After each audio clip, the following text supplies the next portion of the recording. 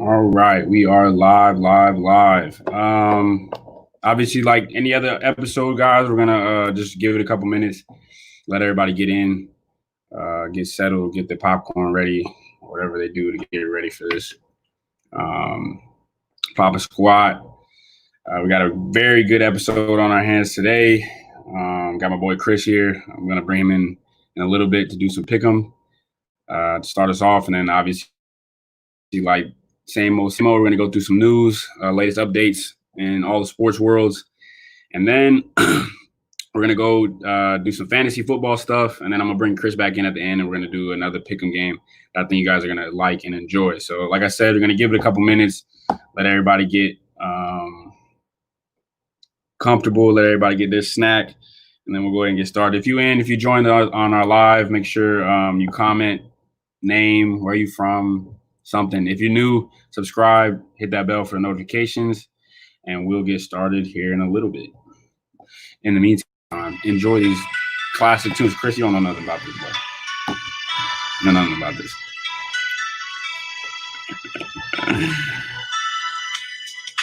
Let's see.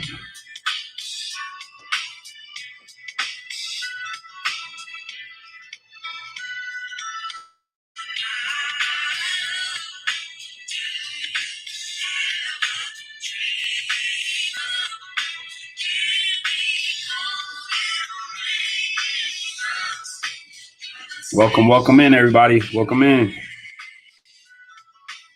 Gonna get started here in a little bit.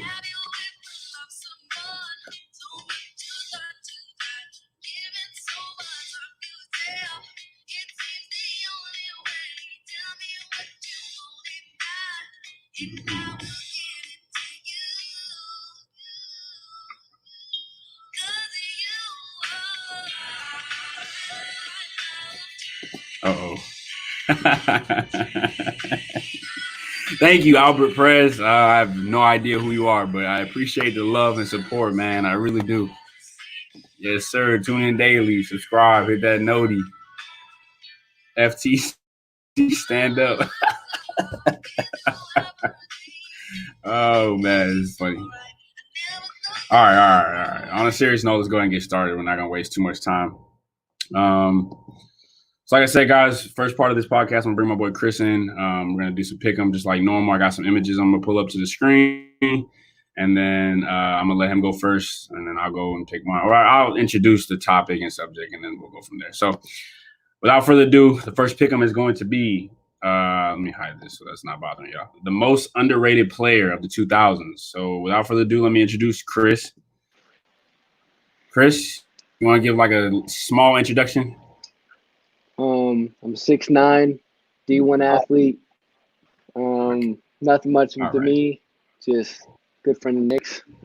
Yeah. Okay. All right. So the idea of the podcast is to start off telling the truth, but since you want to lie on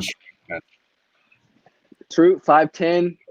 I go to college here and there. Try. I don't think your height is. I don't think your height is relevant to the situation. I did say I was 16. So. Yeah, whatever. Anyways, we're going to pick the most underrated player of the 2000s. I got an image I'm going to pull up on the screen, so let me get that set up. Bada bing. Bada bam. Okay. Hopefully everyone can see the image. If not, oh well. Let me see if I go full screen here. So we got a lot of good players on here, Chris. I know this is out of your time frame, definitely, but I mean, I was surprised when I showed you the image. You pretty much named everybody on the list. I don't want to go through them all, but for those of you who may know, we got some big names on here. At the top here, I said the biggest name is probably Monte Ellis or Jason Richardson. Second row here, we got big names like Zebo, Danny Granger, even Al Jefferson up here. Next row, pretty good household names. Joe Johnson definitely stands out on this row along with Richard Jefferson. Then in the fourth row, we got Tom Marion along with Josh Smith, high flyer right there, and Steven Jackson. And then in the last row here, Baron Davis definitely stands out on this one. I don't know why Jason Terry is on here. I don't understand that. Stop it. He He needs to go. His Anyways, greatest moment was I'm getting dunked on. gonna let you go first on this one. I'm gonna let you pick your most underrated, and then just give me a sleeper pick that you may have. My most in this picture first is Monte Ellis. I think Monte Ellis is definitely one of the best players on this list. Mainly because of what he did. He was an easy 20 and 6 assist guy. He was a great two guard. He for the Warriors at the most part until he got traded, and then that's when I was able to watch him and finally like understand basketball was with the Mavs, and that was one of the big moments of when I finally figured out like he was one of my favorite players at the time when he was with the Mavericks. For sure. Yeah, he was definitely a sleeper on this list, especially looking at all the household names. But when you talk about pure talent, he definitely has it compared to the other guys. He was just crafty. I think he was like, if I were to compare him, he was like the 2000s Kyrie, if I were to compare it. I mean, very slick handle, to finish at the rim with either hand. I definitely think Monte is a good one. Do you have a sleeper pick for him? Low key, I'm gonna say Shawn Marion. Shawn Marion. Because he was a big success for what the Suns were, and even though many people may not like the pick, he was a big like defensive person for that Suns team because Steve Nash was not guarding Baron Davis, wasn't guarding all Gilbert Reason. He wasn't guarding all the best point guards of the team, and Shawn Marion was definitely one of those players that would guard the best guy and would be relevant to the offense. For sure. I definitely have to agree with you. I think Shawn Marion is the most versatile guy on this list. His ability to defend 1 through 5, maybe, definitely stands him out from the rest. So I like that pick. That's a good sleeper pick. So when I first saw the list on Twitter, I was like, I automatically shifted my eyes towards somebody just because, I mean, I play with this guy on 2K, but I've seen what he can do in real life. It's Michael Redd up here in the top right corner for those of you who may not know. I compare him to Klay Thompson before Klay Thompson. A lot of injuries bugged him. He wasn't that great of a defender compared to Klay Thompson, but I mean, I guarantee you his shot was just as lethal, if not more lethal. And he was a lefty, so that obviously gave him a huge advantage as well. So that's my most underrated is Michael Redd, just because of injuries and the team that he played for. That Bucks team was very trash. So he definitely didn't get the market that everybody else got. And then probably my sleeper pick is definitely going to have to be Tayshaun Prince. I think Tayshaun Prince was another Shawn Marion, very versatile, can defend 1 through 4, lefty, so obviously another advantage there. And then, I mean, he was just very, very intelligent at his position, very intelligent, high IQ kind of player. He fit perfectly in that Pistons offense. So there you have it. If you want to comment in the comments section who your favorite or most underrated player is, by all means, go ahead. Me and Chris are going to move on into our next pick 'em. This one's going to be any of those players. Yeah, I know. It's okay. At least you know their names. The next one is going to be a pick your trio. We got 4 pretty good trios, I should say. Up top left on the A team, we got Steve Nash, James Harden, and Dirk. B team, we got Steph, young Ray Allen, and Anthony Davis. And then bottom left here in the C corner, we got Agent Zero, Hibachi, Gilbert Arenas, Klay Thompson, and Yanis. And then in the D corner, we got Dwayne Wade, Chris Paul, and KG. So, Chris, what's the trio you're picking? I'm picking C with Yanis, Klay Thompson, and Gilbert Arenas. Mainly. Yeah, go ahead. Because nobody can guard Giannis. Maybe besides Anthony Davis and Kevin Garnett, but that's a huge maybe. Klay Thompson is just going to stretch the floor, and nobody's guarding Gilbert Arenas in the story. And that is why me and Chris are really good friends, because we have great minds that think alike. I'm going to go C as well for all the points you mentioned. Dirk is not holding Giannis. So, and Steve Nash is not holding any of the guards there on the list. So that A team doesn't play defense. So if you pick the A team, I know what type of basketball player you are in real life. B, I'm sorry, but a young Ray Allen with Steph Curry. I mean, there's a lot of shots to go up. I don't think they have enough on defense to hold the other 2 teams as well. D, I like the team, but there is no like solid perimeter shooting. Dwayne Wade's 3-point, very iffy. Chris Paul, once again, even in his prime or when he was in his younger days, very iffy. And then KG was obviously a great power player who could stretch it. What'd you say? Chris Paul wasn't that much of a scorer when he was in his younger days. Yeah, he was a pass first point guard. So I mean that could help, that could aid, but I don't know. Their lack of perimeter shooting definitely bothers me. This C corner, I mean, if you guys don't know who Gilbert Arenas is, my goodness, he was I don't even know who to compare him to. He was shooting from Steph range before Steph was. He dropped 40 on the best shooting guards, best point guard, best defenders in the NBA in his prime. Just had some trouble off the court with some weird stuff. So obviously his career ended very badly. Clay, everybody knows 3-and-D, and then Yanis. Nobody, like you said, nobody's holding him except AD, maybe.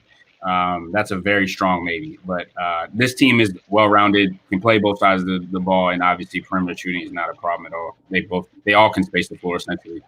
So I like that we agree on that one. Stream, comment your team that you would go with and why.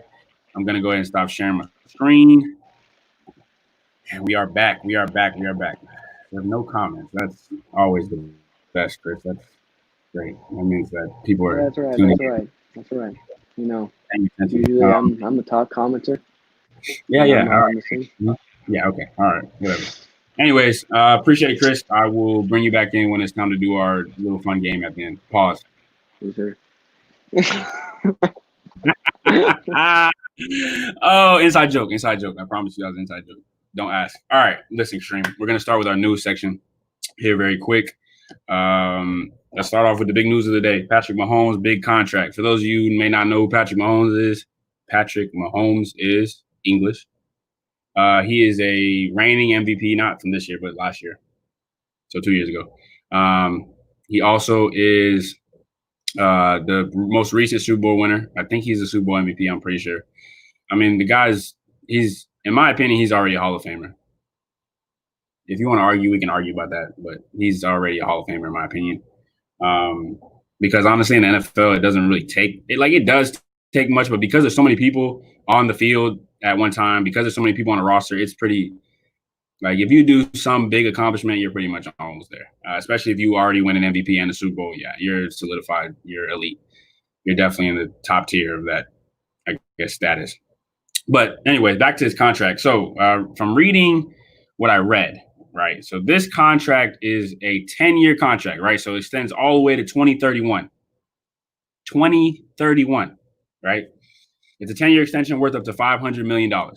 500, half a billion people. And it includes $477 million in guarantee mechanism, right? So obviously this means if he gets hurt or whatever, or something happens with Corona, he still gets money. Obviously. I mean, I looked at the list of other 10-year players. I think it was Brett Favre, Donovan McNabb, and Mike Vick. And there was one other person. I think it was Brady. I'm not sure. But I mean, he joins an elite group. I have no argument against it. I don't think anybody would. He deserves every penny of this. A lot of people argue, though, why Kansas City? Why not go to a bigger market? But honestly, like, they're not losing. They're not the Suns or they're not the Bucks. Like, they have no problem winning, and he doesn't need to go anywhere where he's not going to win. I don't care about the market. He's going to go where he wants to win. He's a born winner. So congrats to Patrick Mahomes. Well-deserved. If you guys have anything on that, post it in the comments. Staying on the NFL topic, I know I mentioned it a little bit last week, but obviously the official news came towards the end of last week. NFL shortened preseason, right? So they're going down to 2 preseason games instead of 4. I think they're eliminating week 1 and 4, so they're only going to play 2 and 3.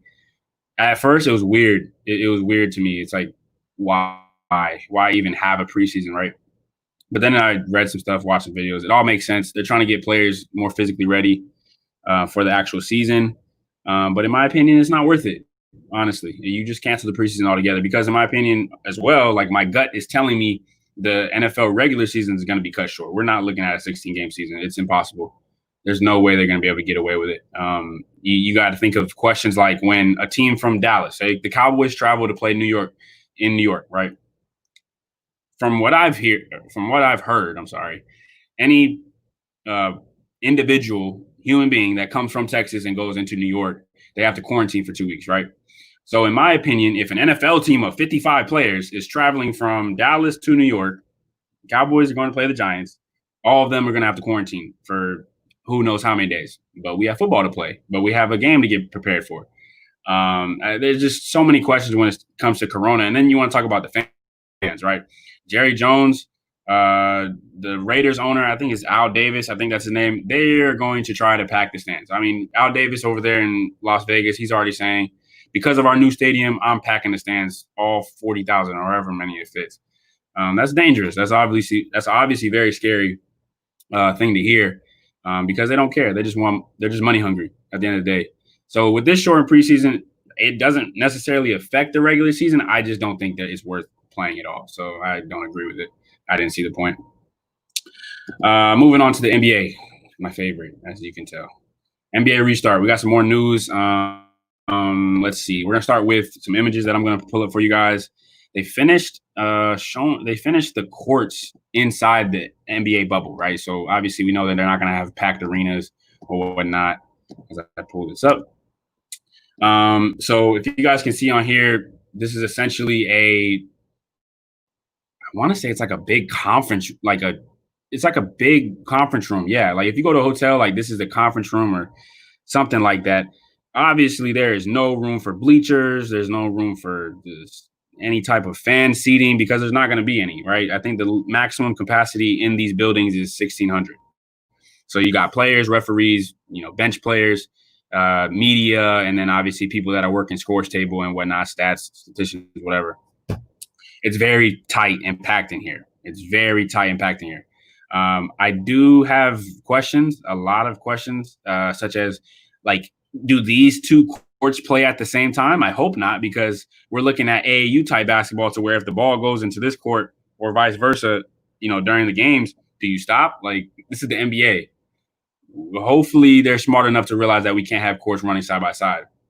I do like the innovation and the creativity that they put into this. Obviously putting these home courts and having more panels over here on the side to get more teams and, some type of home court advantage. That's pretty cool. I definitely enjoyed seeing that. Let me see if I can pull up the other one for you guys as well. This is just from the other side of things. So obviously here we have the Pacers, and the Miami Heat's courts. So obviously in the middle here, you may see like a little break off to where people can walk through or whatnot. And then, like I said, hopefully they're not playing side by side. I really hope so. That's really tacky. I don't agree with that. And like I said, if the ball goes from one court to the other, you're stopping the game just like AAU. For my 2K players out there, it looks like Annie Up. I've heard the joke I can't speak English today. Many times, it does look like Annie Up with all the lights in here and glowing courts or whatnot. But I like I said, I do like the innovation. I do appreciate the creativity they had in this. It's just going to be tight. It's going to be tight. I don't know how they're going to get away with this. I don't even know. It's going to be tough, guys. I don't understand it. But just wanted to share that with you guys, give you guys some type of visual of what's going to be going on. So hopefully you guys enjoyed that. Let me stop sharing my screen there.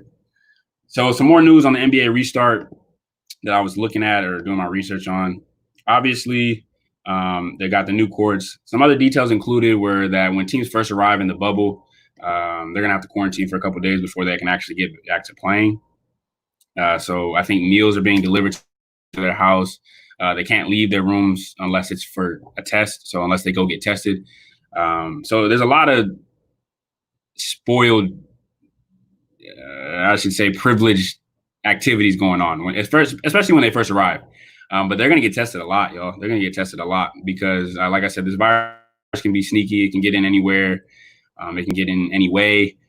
So they're going to get tested a lot. My question is, like I said, what if LeBron, what if Kawhi, what if Yanis test positive for the coronavirus? And we're in game 2 of the NBA Finals. If LeBron sits out game 2 of the NBA Finals, I'm not watching. I'm sorry to tell you, I'm not watching.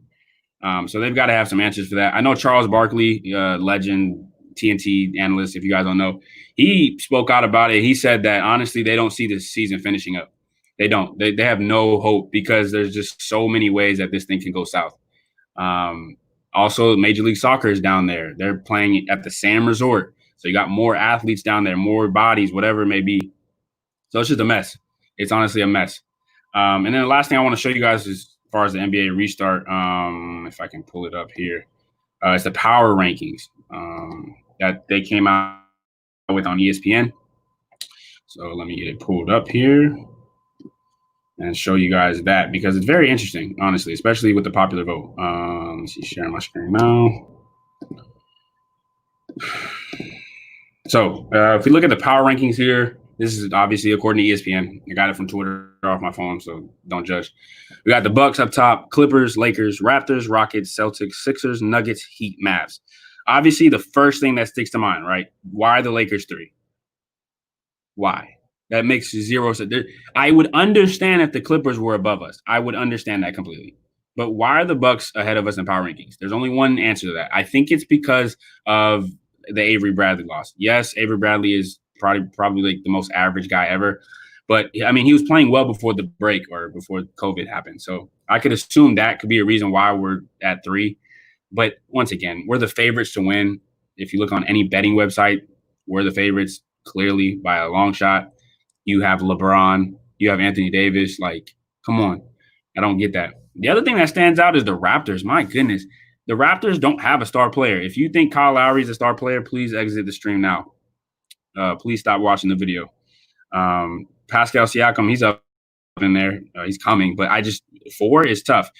The Rockets Celtics one, I'm not really tripping about because you can flip them either way. I mean, you have James Harden and Russell Westbrook.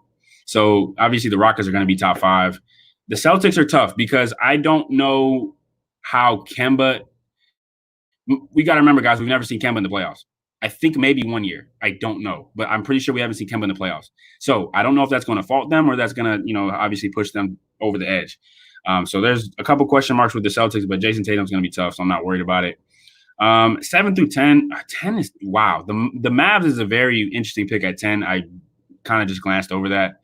But I do like the Heat here at 9. I like that. I think they're a very good sleeper team that could sneak in. Bam Adebayo is a very good player, very all-around player. I like him for most improved player of the year. Jimmy Butler is going to will his way. So whatever round they want to get to. I don't like the Nuggets here. Jamal Murray is top 2 overrated players in the league. I don't care. We can argue that on another day.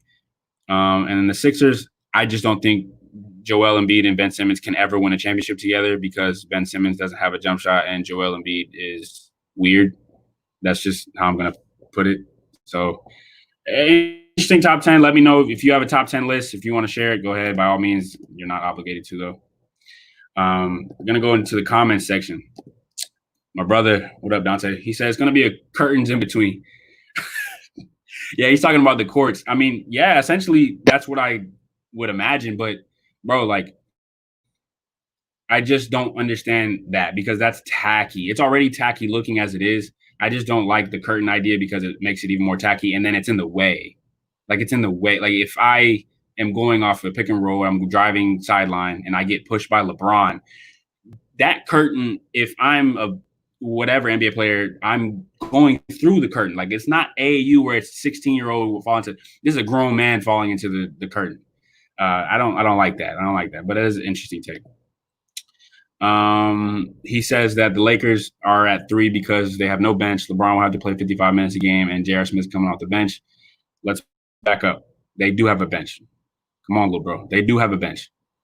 I mean, you're talking about KCP, who's not a bum. He is okay. He's fine.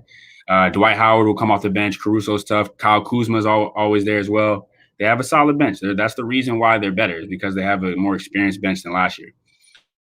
LeBron will have to play heavy minutes, but so will every other superstar. J.R. Smith is not going to come off the bench, though. J.R. Smith is starting because if you look at it, before Avery Bradley said, I'm not playing, it was him, Danny Green, Bron, AD, McGee/Dwight, whoever you want to throw in. So obviously J.R.'s taking his spot. And honestly, you don't bring J.R. Smith in and not start him. I'm sorry. He's experienced. He can shoot the 3 ball. He can play defense. He'll start. The only question mark I have, I just can't speak today. The only question mark I have for the Lakers, oh my God. is Deion Waiters. That's the big question mark I have, is because he is like the most selfish, ball dominant, scoring weird guy ever. Like he's so selfish and it doesn't fit LeBron. Like him and LeBron always clash heads because he's so selfish, but like he can go get a bucket. I don't know. It's weird though. Like I don't like him. I've never liked him with LeBron. I don't think I'm gonna like him here. He's gonna try to take the spotlight, which he doesn't need. And he has like a weed problem, so I don't need that around my Lakers. So I don't like Deion Waiters. I'm sorry, guys. Let's see. All right, so moving on to the next part of the news, we got more. Oh my goodness, we have more professional players opting out. This includes the NBA. So we got Victor Oladipo who backed out. Gordon Hayward recently said that when his wife is due, which is in like September, if the Celtics are playing, he's out of the bubble. Garrett Temple, same thing. His wife is due in September. He's out of the bubble, even though he's irrelevant. But the Nets have nothing but two-way players now, so they could use anybody they have. But in MLS, the reigning MVP, Carlos Vela, he just backed out. Said that his wife is due or something like that. Him and his kid or something, going through something, whatever. So he opted out of the MLS restart. Recently, just like an hour or two ago, I got news that a whole team, FC Dallas, is going to back out of the MLS restart as well. So you're looking at a whole team, not just one or two players that are backing out. And then you got baseball. There's 2 to 3 players that come to mind. I think Mike Trout is considering it. David Price already backed out. Ryan Zimmerman from the Nationals, he already backed out. So, I mean, you got a lot of players that they're not invested in this idea. They're willing to sacrifice their contracts. They're willing to sacrifice the money because they know what this is. This is not, oh, let's restart for the good of the NBA. Let's restart for the good of MLS. No, it's really just money hungry, big owners and whatever, trying to get money off these players, trying to finish up a season that doesn't need to be finished. And then, like I said, and I agree with Charles Barkley wholeheartedly, I think that the idea of having a restart is very, very, very dangerous because I don't think they'll finish either. I don't. There's going to be so many pauses. You may have a week or two where we're going to have to stop playing. Like, hey, stop playing. We got too many cases. Stop playing. The whole Miami Heat team is quarantined. So it's going to be tough for other sports as well, as you guys can see. Got another comment. Why are you on Dante's account? Why? Like, why can't you just get on your own account? Why do you have to use, come on. He had 2 years off. Who is he? And he is going to start. Wow. Oh, J.R. Smith. Yeah, he's going to start, Dad. I'm sorry. He's going to start. And I do need sleep, but don't worry about me. Don't worry about me. Anyways, moving on to the next part. We're done with the news. So no more news. You don't have to hear me talk about news anymore. I got a good section for y'all. Chris, you can obviously put your input as well. Give it some time. Everybody read the headliner here. Pick your running back out of every duo. Okay, so Chris, just comment. Everybody else, just comment. So each duo here is, for some reason, going to be a big committee. I was looking at it. So obviously, up first, you have Gordon and Lindsey, right? So Melvin Gordon and Philip Lindsey over there in Denver. Very good double-headed running back duo, whatever you want to call it. Lindsey's coming off a duo already with, God, I can't remember his name, C.J. Anderson. So, I mean, I don't know about this one. This one's going to be tough. You got J.K. Dobbins from Ohio State and Mark Ingram over there in Baltimore. So that's going to be a good one. Obviously, the RPO with Lamar Jackson, whoever takes that spot's going to thrive. Jonathan Taylor and Marlon Mack over in Indianapolis. Then you got Clyde Edwards-Helaire and Damian Williams over in Kansas City. That's going to be a fantasy. Whoever comes out of that as the number one running back is going to be a fantasy powerhouse. And then you got what's his name? DeAndre Swift with Kerryon Johnson over in Detroit. I like this one just because of DeAndre Swift. That's my guy coming out of Georgia. So going through it real quick, my picks. I'm going to go with, does Melvin Gordon have a comeback year? I'm going to disagree with that statement. I'm going to go Philip Lindsey here. I think he's already accustomed to the offense. I think they like him over there. I also think he's a more versatile runner. I don't know how to explain it. I think he's a lot more acclimated to Denver than Melvin Gordon. In Baltimore, I think J.K. Dobbins doesn't come into like week 10, week 11. So I think he comes in a little too late. I think Mark Ingram takes the starting job there and maintains it. In Indianapolis, I'm going to go with Jonathan Taylor. I think Marlon Mack is injury ridden. So I'm going to go with Jonathan Taylor out of Wisconsin. He takes the starting job in Indianapolis. Clyde Edwards-Helaire and Damian Williams. For fantasy purposes, I'm going to go with Damian Williams just because I'm pretty sure they're going to give him majority of the reps unless some horrific injury happens. But I'm going to assume week 6, week 7, Clyde comes in and takes that spot. And then the last one, like I said, I like DeAndre Swift over there in Detroit. I think Kerryon Johnson is I wouldn't say a bona fide scrub. I think he's not washed. I don't know the right term for it. I don't think Detroit is right for him, even though it should be. So I think DeAndre takes that spot altogether. Chris says he's taking the duo of DeAndre Swift and Johnson. I like that a lot. That's a good pick. And if you guys have your picks or whatnot, leave them in the comments. All right, Christopher, we are going to bring you back in. We are going to bring in a new sort of game / concept. It's not really a debate, but it is. It can spur up a debate. It's called Pick 'em again, but we're doing basically me and Chris are going to be general managers or owners, whatever you want to call us, for the next 5 years of any franchise. But we start fresh, right? We don't have anybody on our roster. It's going to be you start with one player, and it's either Zion and then I'm going to fill in with whoever player. So the first one, Chris, let me bring you back in. Sorry. Welcome back. So the first one we're going to go with Zion, Ja Morant. Ja Morant's coming off a great rookie season. I'm going to assume he's going to win Rookie of the Year just because of his stats and his ability to play the whole season.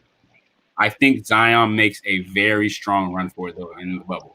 But tell me who you're picking for the next 5 years, Zion or Ja? I love Ja. Ja's probably, I think, one of the best point guards up in the coming years. But I'm going to have to take Zion just based on pure athleticism and just how he plays the game and how he doesn't need the ball. Like, he can play off the ball and still score 25. He doesn't have to be the first guy. Like, he saw that in Duke. RJ was supposed to be the guy, and he still averaged more than him. So I like it. I like that ball dominant thing that you mentioned. Ja needs it. He needs the ball, so he's gonna be. I don't know how to explain it. He's just gonna be very, very tired after every game. Like they depend on Ja for 80% of their offense. So I'm gonna have to take Zion here. Russell Westbrook. Yeah, that's a good one. Not as selfish, I wouldn't say as greedy as Russell, but definitely workhorse, power load. Yeah, that's gonna be him. I'm gonna have to agree with you. I'm taking Zion as well. The next one we have is Zion or Luka Doncic. Chris, what you got? This is a very, very tough one. Now, Luka is a generational international player like Dirk was. And I don't know. This one's probably one of the toughest ones. I'm gonna say Luka because even though they're about the same age, and Luka's already proven that he can be a top 15 player in the league, and we're just now seeing Zion. If Zion would have played the whole year and done what he did within the 19 games I think he played, then I'd probably take Zion. But Luka is definitely a triple-double guy that you can count on. And he's 6'7". He's taller than Zion. He can do everything that Zion can do, but he has a lot more of a jumper and less athleticism. But yeah, definitely a jumper. You're right. This is tough. This is very tough. I'm gonna go with Zion, but not because of anything on the court. I think Zion is gonna be a good recruiter, and not just because of like who he is. But I think a lot of people are going to want to play with him because he's not ball dominant. And for that reason, I'm going to take him. But Luka right now is clearly the better player. He's obviously like top, 4 in MVP votes. So there's no knock on Luka. It's just for the next 5 years, I got to go with Zion just for recruiting purposes. But that's a good one. I like that. That was a very tough one. All right. Who we got next? This one's a good one as well. All right. Next 5 years. I don't think this is going on. Zion or Ben Simmons? Zion. Easy. Yeah, That was quick. Jesus. Ben Why? Simmons can't shoot. Zion's been he can show that he can shoot, and that's all that teams really need to see because they can sag off of Ben Simmons. Even though Ben Simmons is 6'10", he he's a good defender, but Zion is also a great defender. He can guard 1 through 5, just like Ben Simmons, but Zion can develop his jumper, and Ben Simmons has shown that he doesn't want to, and that he wants to prove that he doesn't need it to be a good player in this league. Fair enough. I like it. The whole idea of having a jump shot is very important here. I mean, I'm gonna agree with you. I think Zion is the easy pick here, but Ben Simmons is gonna be crazy. I think he gets a lot of hate because he doesn't have a jump shot, but for him not to have a jump shot, a 6'10" point Yeah. guard that can do what he does, he's tough. So that's an easy one, but don't knock my guy Ben. Don't knock him. My dad said Zion over Ja. Very good pick. I like it. All right, here we go. Zion or Jason Tatum. This one is very tough. I do not know. I'm I'm very high on Jason Tatum on where he is. I think Jason Tatum can be a top 5 player within the next 3 years. So for that reason, I'm going to take Jason Tatum just because on how much of his development that he has proven that he can show can keep going, and he's meant for the league. Like his body type is perfect, 6'8", lengthy, can do everything that you want, and I'm gonna take Jason Tatum over Zion. I'm gonna have to agree with you. He's more polished than Zion right now. His game is definitely a lot more polished. And I talked about it in another podcast. He is the future of the league. Yanis is there. You got Luka. Jason Tatum is the future. A guy in his 3rd year, putting up 28, 6, and like 5 or something like that. He on a team that has Jaylen Brown, Kemba Walker, Gordon Hayward. I mean, to put up those kind of numbers on that kind of team, I'm gonna go with Jason Tatum. He's clearly the better player, and I think in the next 5 years he's gonna be MVP for sure. So I like that one. That was a good one. Let's see. Oh, I think this one's an easy one, but we'll see. All right, we got Zion or the Joker, Nikola Jokic. What do you got? I'm taking Zion, even though he is a 7-foot point guard and can average 10 assists a game. It's going to go based on recruiting because as a GM, I don't think no one's going to want to play with Jokic because nobody knows about him. Everyone's going to be like, yo, Zion's on that team? Yeah, I'll take a little pay cut to go play with Zion and have the hope of winning a championship. So I'm going to take Zion over the Joker. I agree with you. I think Jokic is very, very, very not likable in terms of his like personality, but like his play style. If you think about it, he's a deceiving player. Yeah, like he is an unselfish stretch big. Where do you find those nowadays? Most centers nowadays can't shoot the 3 ball, but they want to go inside and bang down low. He can do that if he wants to, but his main priority is to stretch the floor, feed other guys the ball, get them hot, whatever it may be. So he's an ideal center to play with. I just think down the road, next 5 years, he's not washed, but I think he definitely degrades. I definitely think he declines. And I'm going to go with Zion as well. I think Zion's recruiting is it's going to be phenomenal when we see it, whether he stays in New Orleans or not. All right. I think we got 4 more. Ooh, well, this one's easy for me. I don't know about you. Oops, sorry, I didn't mean to do that. We got Zion or Mr. Overrated himself, Kyrie. What you got? I'm picking Zion because Kyrie, I don't know. He hasn't been shown that he can lead a team. He's a good second player to a good player. But I mean, Kyrie can go out and give you 50 if he really wanted to every night. But he has yet to show that he wants to. He seems like a very passive-aggressive guy that's like, I'm just playing. Like he doesn't show like every night unless he's needed that he can go out and give everybody 50, which in no doubt he can. But I haven't seen anything from the number 1 pick that has shown that he's better than Zion. I've seen it. It's not consistent, and he's just once again he's weird. Something's wrong with his head. He's too smart for his own thinking. Yeah, he does overthink a lot, and I think that gets to him, especially when he starts playing. I think a lot of guys don't like Kyrie either, just because of the style that he plays. He wants to be like head honcho. I do what I want to do. You're really gonna listen to me, which is why I didn't work out in Boston. But for that reason, I'm taking Zion as well. I think in the next 5 years, Kyrie is, if not out of the league, he's washed. I mean, he's had injury after injury after injury, so we'll see how that goes. But I'm taking Zion as well. Next one up on the list, we have. Oh, it's a pretty good one too. I like this one.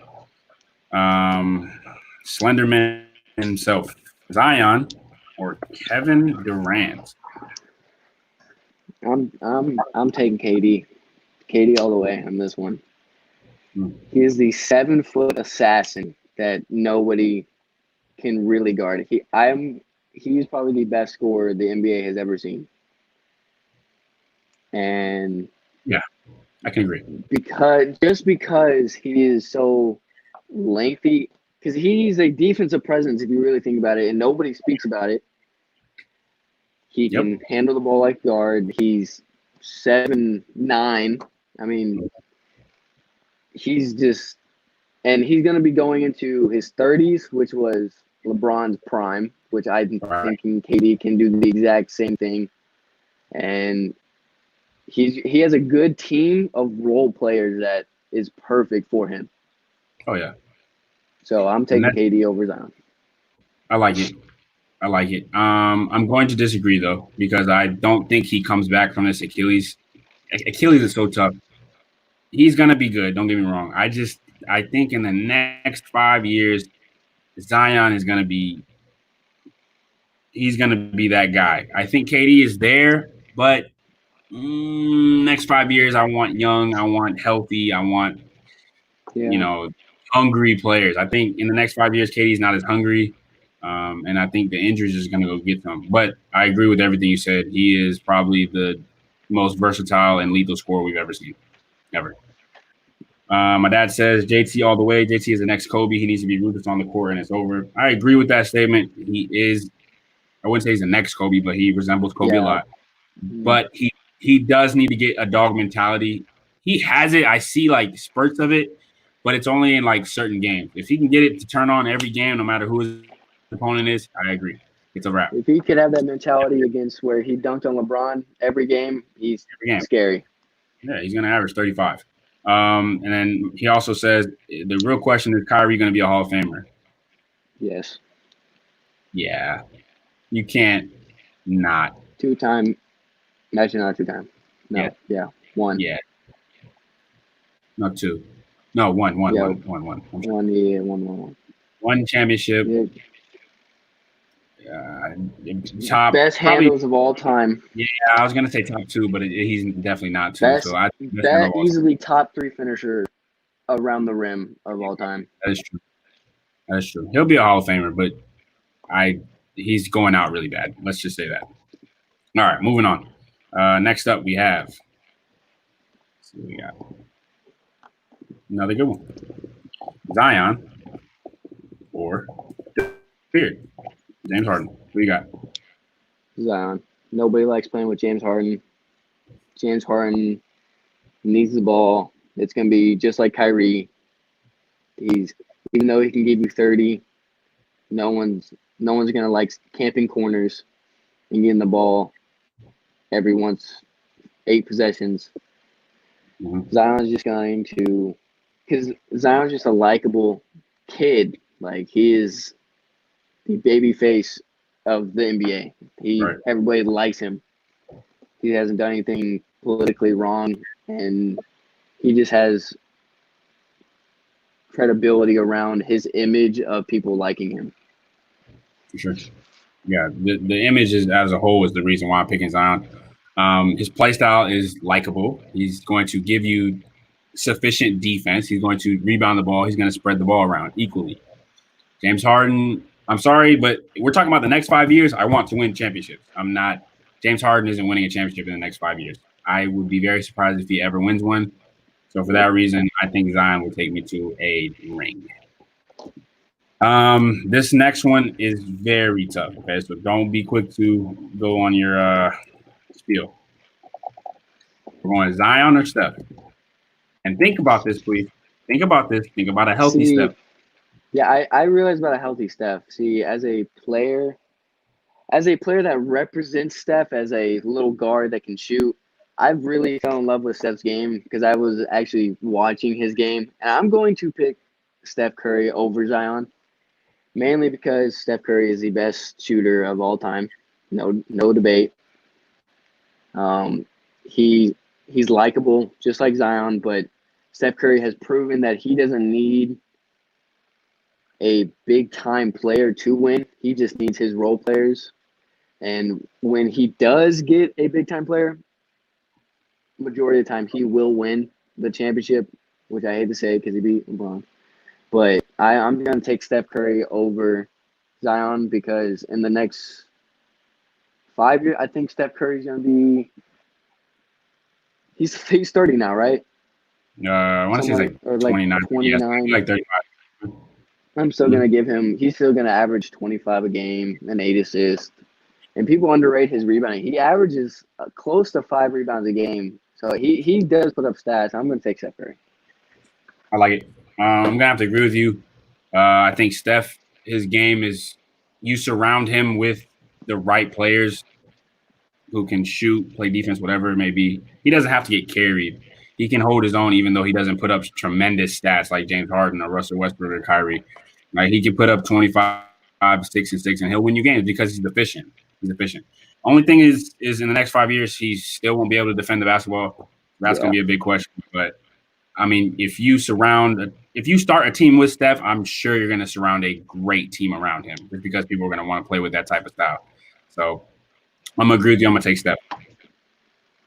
I think this is the last one. Oh no, we got two more after this one. So last three: Zion or the Claw. Why Leonard? Who are you thinking? Zion. I'm What? taking Zion. Yeah, I'm sorry, Zion, because I know Zion's gonna play every night. I know Kawhi's not. Kawhi.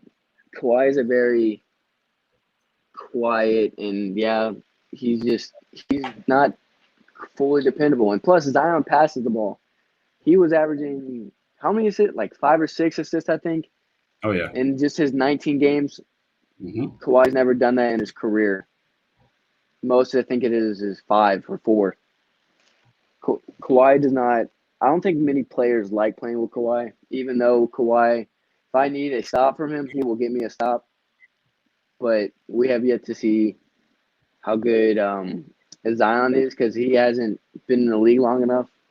But That's that's true. why I'm gonna take my chance on Zion being that easy defending because he can guard 1 through 5. Oh So yeah. I'm gonna take Zion over Kawhi.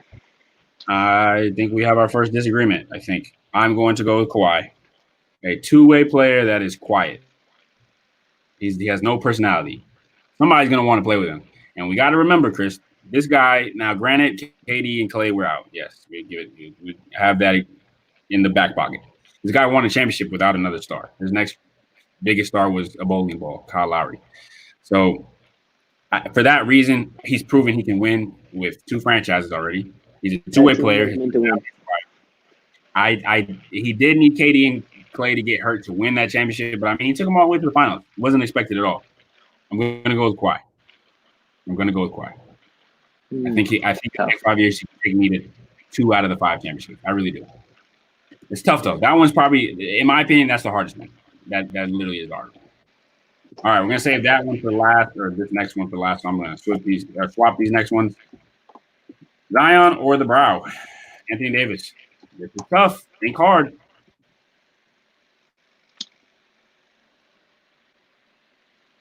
Mm, mm, um, um, I'm gonna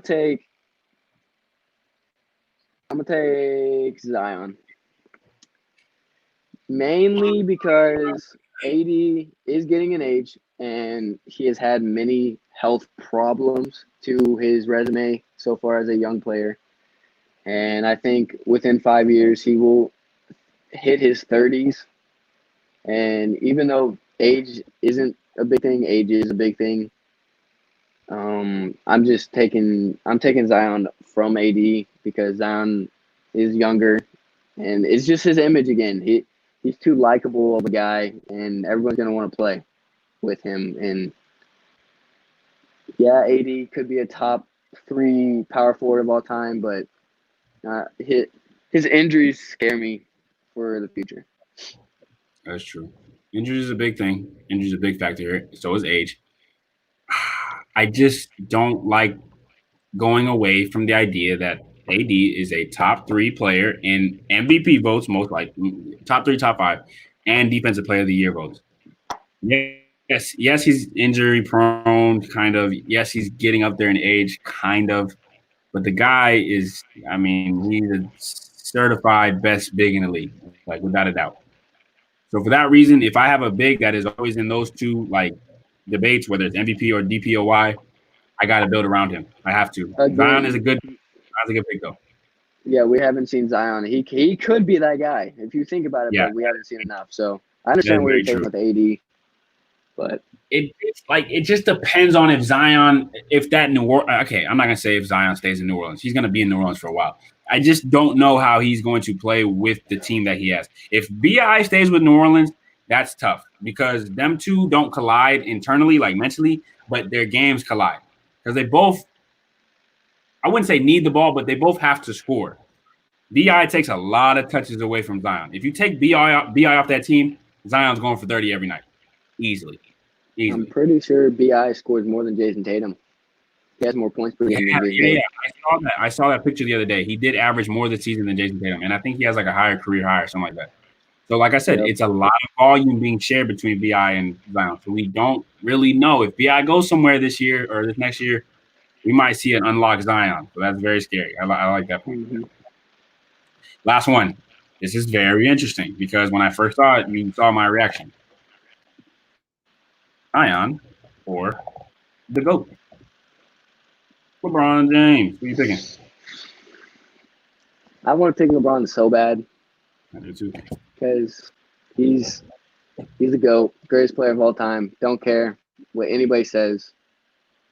But he will be 38, 39, right? In 5 years. He might hit it. I think he might hit his 40s in the next 5 years. And with that, I don't know how much longer I'm going to see LeBron get triple doubles. Yeah. So I'm gonna take Zion, even though I don't want to. But don't let that get away from that. LeBron is still gonna give you 20, and I want to know where this part of his career goes. I want to know is if he's gonna become more of an assist guy instead of scoring. I want to see if LeBron is gonna try and average, because isn't he averaging 10 assists this year? He's leading assist in the league right now. I want to see if he can do what Russell Westbrook did, but with more assists and less points. Because I don't think LeBron's going to be trying to score 30 every night in his 40s. But I definitely can see him still running out there and getting 10, 10, and maybe 12. I agree. I think he's going to slow down. Like he has to. If he doesn't, if he does not slow down in the next 5 years, if you still consider Michael Jordan the GOAT, you can that go. That is 20 years of one player being top 5. 20 years of one player being a top 5 player of the NBA. You can go. Nobody has ever seen. If LeBron averages 38 and 10 in 5 years, you can go. Like if you think Michael Jordan's still the GOAT, you can go. I'm sorry. In the next 5 years, realistically, he will decline.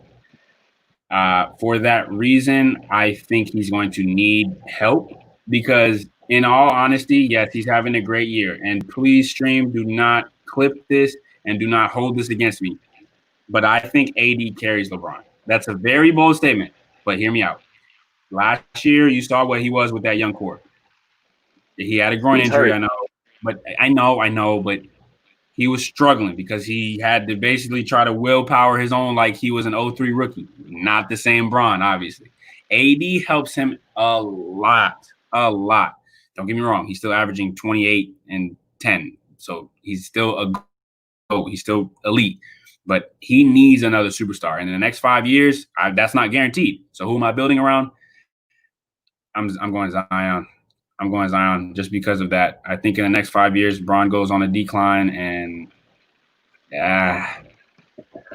I wouldn't build around him. I think Zion is the next LeBron. Let's just be honest. I think he's the next LeBron.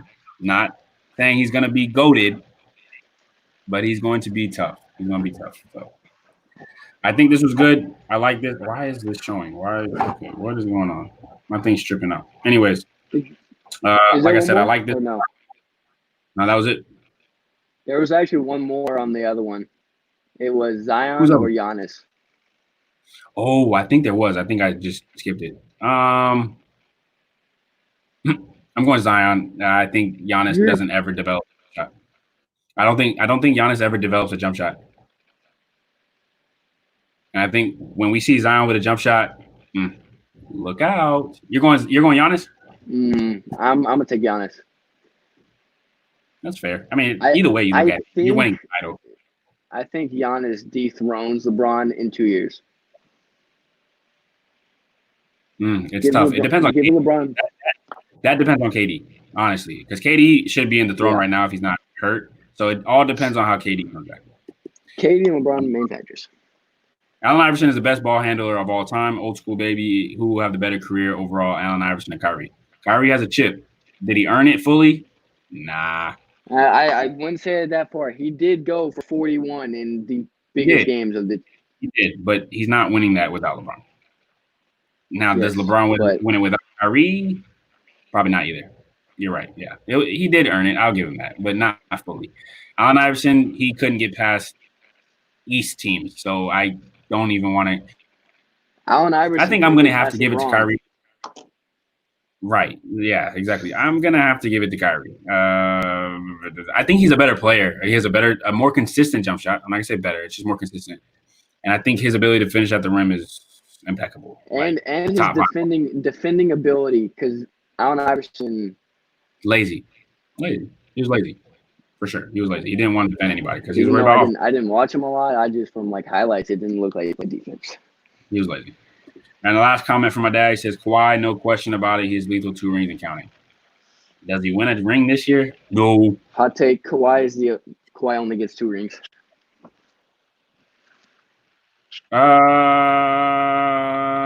Yeah. If he stays in the West, oh yeah, most definitely. He's not. Golden State's gonna get better. LA is gonna be LA, and then you got Houston, Denver, Dallas on the up. Yeah. No. The Pelicans on the up.